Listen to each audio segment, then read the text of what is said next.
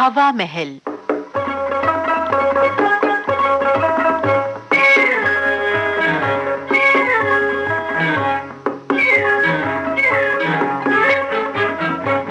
हवा महल कार्यक्रम में आज हम आपको अनिल निगम का लिखा एक प्रहसन सुनवा रहे हैं, फोकट चंद।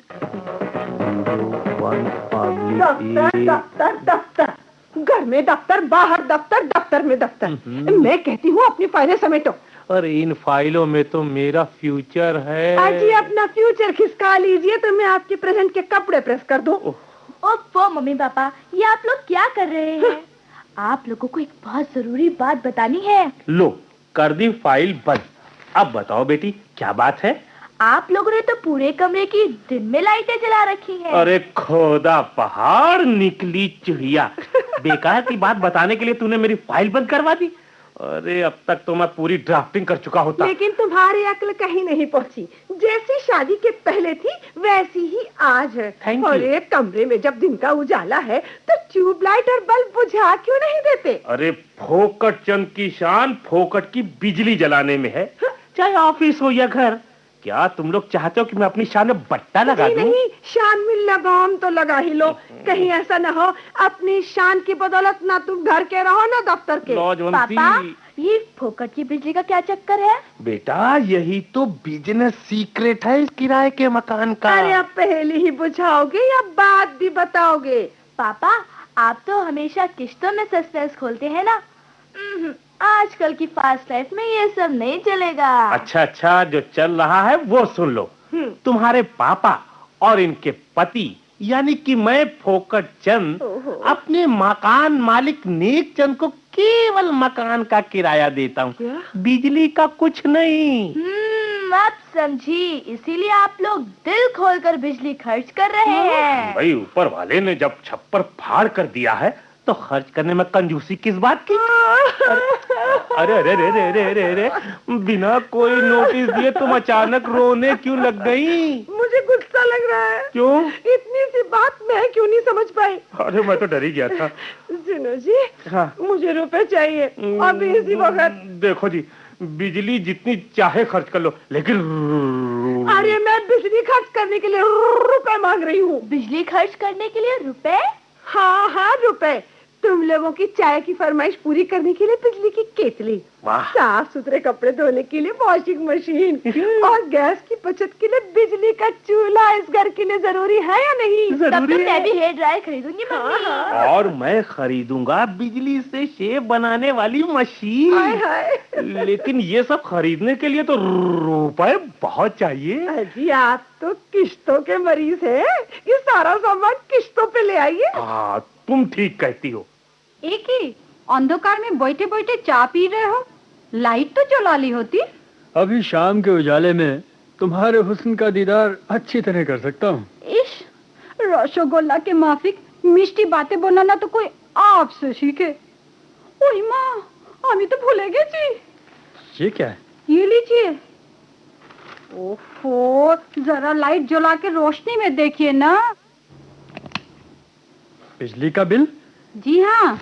अरे ये तो बहुत ज्यादा है, इतनी बिजली तो हम लोग जलाते भी नहीं।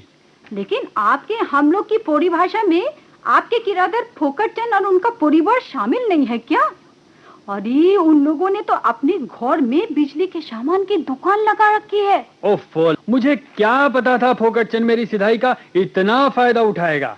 अब तो पता चल गया है, आगे सोचो क्या करना है। पानी सर के बहुत ऊपर निकल गया है, लेकिन इलाज है मेरे पास। क्या करेंगे आप? अरे उनके पोर्शन में बिजली का सब मीटर लगवा दूंगा और उसी की रीडिंग के मुताबिक फोकट चंद को भी बिजली का भुगतान करना होगा। किंतु अगर उन्होंने ऐसा नहीं किया तो?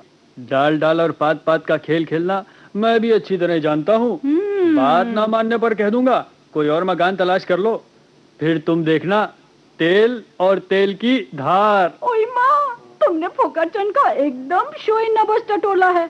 अलादीन का चिराग लेकर भी वो दूसरा घर तलाश नहीं कर पाएंगे। बड़ी मुश्किल से। आज तो शेफ बड़ी जोरदार बनी है। ये सब इसी इलेक्ट्रिक शेवर की मेहरबानी है। मम्मी ओफो मम्मी, जब से घर में वॉशिंग मशीन आई है तब से तुम्हें कपड़े धोने की बीमारी लग गई है। हर वक्त तुम्हें कपड़े गंदे ही नजर आते हैं। बेटी ये सोचकर तुम क्यों दुबली हो रही हो? अरे जब तक इन्हें बिजली मिल रही है तब तक इनके कपड़े धोने में कोई कमी नहीं आनी चाहिए। मकान मालिक नीक चंद को देखो, कलकत्ते वाली को ब्याह के लाया है, और कितना एक है आपस में। एक तुम हो, कपड़े धुलवाने के लिए मुझसे शादी की थी। लाजो, अरे लाजो, इन आंसुओं को रोक लो। अरे कहीं ऐसा ना हो तुम्हारे आंसू इस घर में बाहर लाकर हम सबको तबाह कर दे और मैं एक भूली हुई खुशखबरी तुम्हें ना सुना पाऊं। खुशखबरी? खुशखबरी, और वो भी तुम्हारे मुंह से? मुझे यकीन नहीं होता। तुम्हें तो यकीन न करने की बीमारी हो गई है। अरे जब ऑफिसर की बीवी कहलाओगी तब समझ में आएगा तुम्हें। क्या बुढ़ापे में तुम मुझे तलाक देने वाले हो? ऐसा मेरा सौभाग्य कहाँ। क्या कहा? अरे मैं तो खुद बड़े बाबू से ऑफिसर बनने का ख्वाब देख रहा हूँ।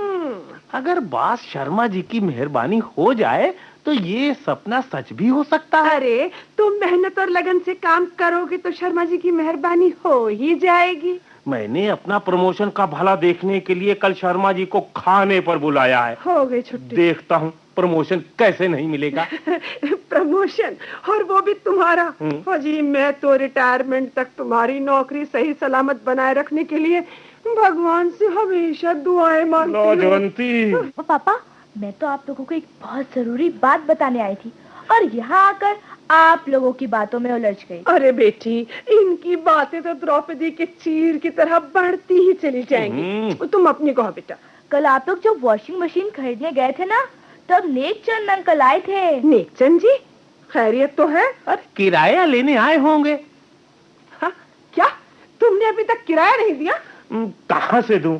इस समय तो रुपए बिजली का सामान खरीदने के लिए दुकानदारों को दे रहा हूँ, किश्तों में। पापा, नेकचंद अंकल कुछ देकर भी गए हैं। लेने आए और देकर चले गए? कुछ बात समझ में नहीं आती।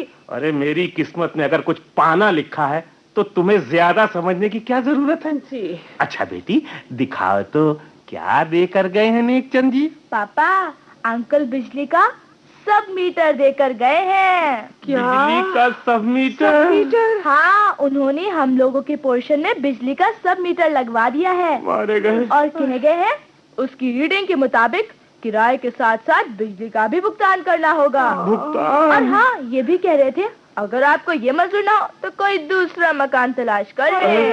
अरे ये तो बहुत बुरा हुआ।